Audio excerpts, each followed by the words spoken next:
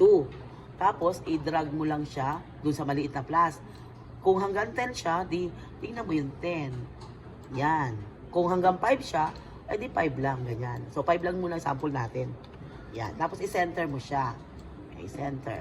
Okay, next natin. Mula dun sa 5 hanggang dito na sa dulo, yan, hanggang dyan, i-all border nyo na po. Para may border na kayo.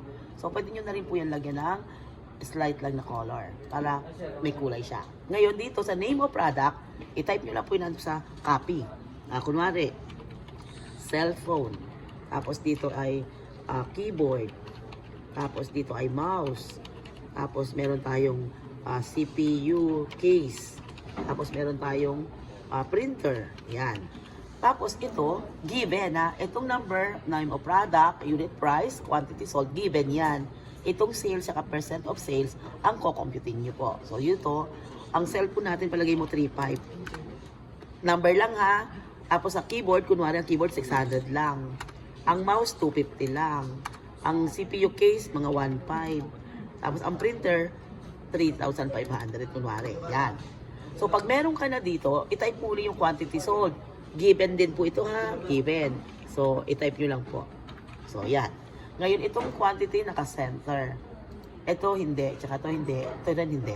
Okay, dito tayo. Po-format kayo ngayon ng peso sign. Dito sa unit price, highlight. Punta kayo sa number. Punta kayo sa currency. Punta sa symbols, yung box ng symbols. Hanapin nyo yung Pilipino para peso sign. Pilipino.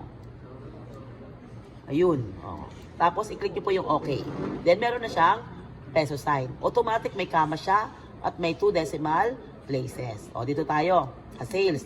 Ang formula ng sales, o makinig na, equals unit price, asterisk po yung times sa asterisk, itapat mo sa quantity sold, enter mo lang siya.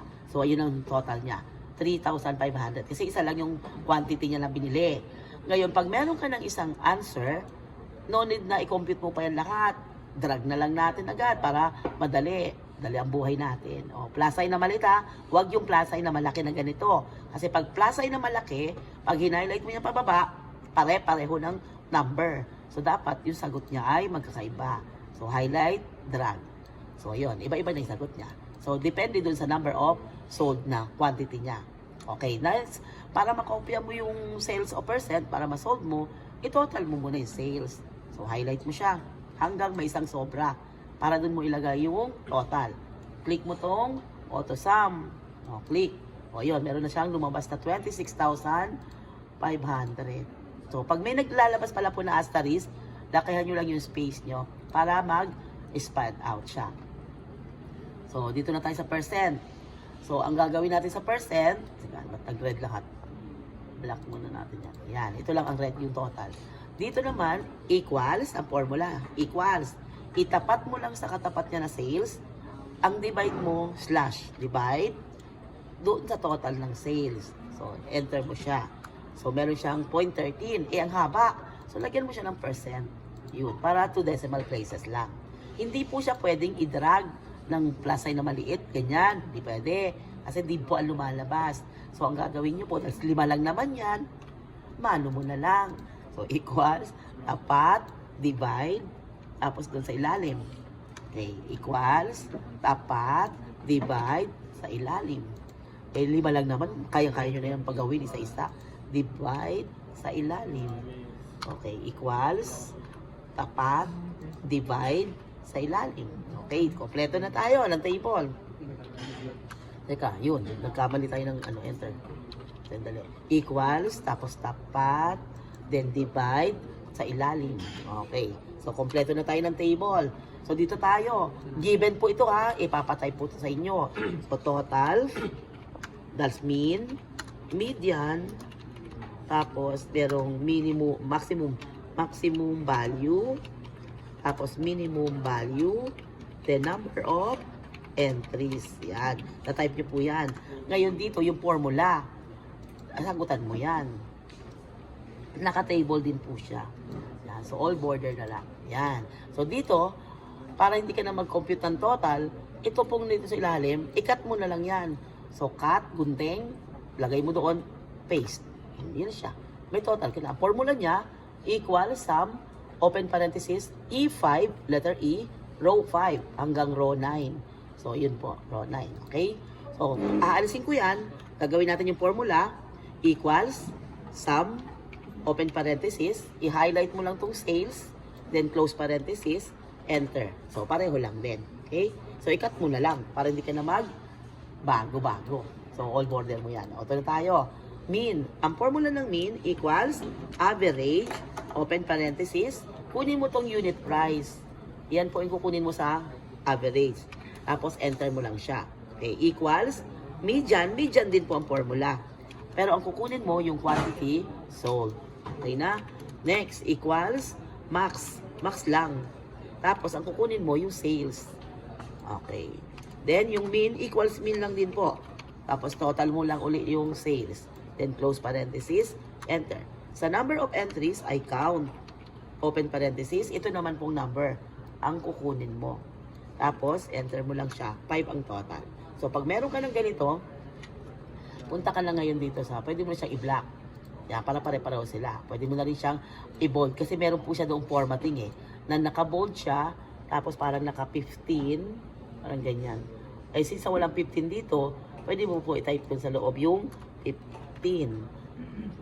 Tapos, ang font niya ay parang ano yan nakalimutan ko yung bold. Parang Bookman. So, hanapin natin yung Bookman. Bookman all style. So, pag lumalabas po ganito asterisk, ibig sabihin po, masikip yung space niya, lakihan nyo po. Yan, lakihan ng konti. Yun, isa pa. Isa pa. Okay, yun. Since lumabas to, dapat mapasok mo yun sa loob. Dito ka magbawas. Yun, sakto na. Okay? So, meron tayo. So, graph na tayo. So, punta ka ngayon dito. Ito, naka-ano rin to naka-format din ito ng parang 15 din po. 15 din yung font niyan. 15, tapos, Bookman. O, kung ano man na basahin nyo lang yun So, kunwari arrow. Ayan, nasa tayo. Kunwari ano na rin yan. Yan. So, pareho na silang nakalaki. Then, ito na ngayon tayo sa graph. Highlight mo tong table. Punta ka sa insert. Doon sa chart. Click mo tong recommended chart. Ito po yung all chart. So, depende ngayon sa chart kung anong ihihingi niya. Kung pie siya, ito po yung pie. Tapos 3D. Yung pie niya is 3D. Ito tayo. Yun, 3D. Tapos, i-okay mo siya. Then, pag lumabas po yan, kunin nyo tong quick layout para po lumabas yung mga percent. Kasi papasok siya sa loob ng mga pie mo. So, click mo to. So, automatic itong una, yan, meron na siya mga pangalan, di ba? Kung ilan yung percent na malaki. Sa pinakamalaki niya ay nasa baba mo lang po ito sa ilalim.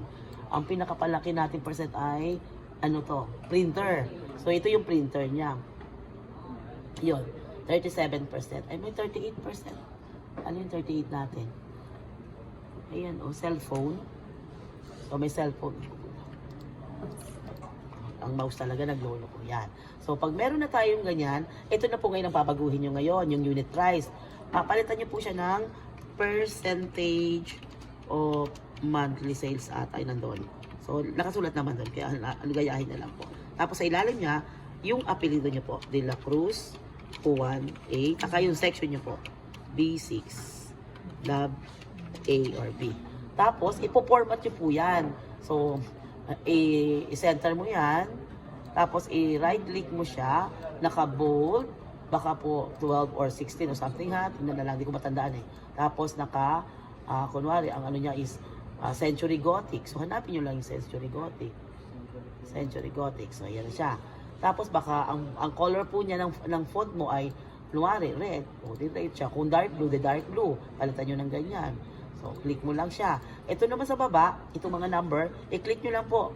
Yan, ganyan. So, 9 po yun. Natatandaan ko doon, 9. Tapos, naka-bold. Tapos, naka-Century Gothic din. Century Gothic. Yan. So, automatic, meron na po siyang pangalan.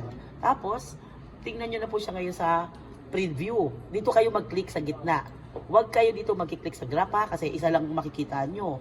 So, dito kayo. So, file, print, preview. So, yun. Dapat meron ka pong kompletong ganyan. Pag nagawa mo yan, within 1 hour, uno na po kayo. Pero, kung within 1 hour, ang natapos mo lang ito. Yan. Ay, depende ngayon sa number of points. Kasi may points po about. Ang graph, kunwari, ang graph is 3 points. Ang footer tsaka header, 3 points. Hindi mayroon ka ng 9 points. Eh, yung table, 3 points ulit kunwari.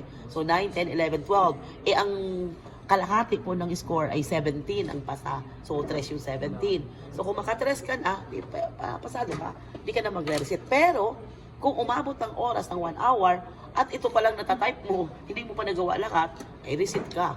3 ang grade mo nun. Okay, so save na tayo ha. Meron na tayong ganyan, kompleto na. Save as uli. Tapos desktop, kunin mo ulit yung desktop.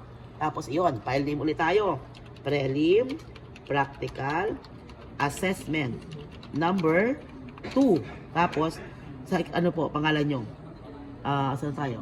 De La Cruz, Juan, A, tapos N, J1, B6, Lab A and B. Tapos, save nyo. Yan. So, close nyo na to. So, ang dalawa na po nagawa nyo. Ang dalawa. Ngayon, open na kayo ng Google Classroom para doon nyo po ipasa itong dalawang to. So, punta ka na kayo doon sa create, ano ba yon? Create or add. Tapos, file, then browse. Tapos, punta sa desktop, then open. So, hintayin nyo lang po mag-turn in ang dalawang beses. Okay po?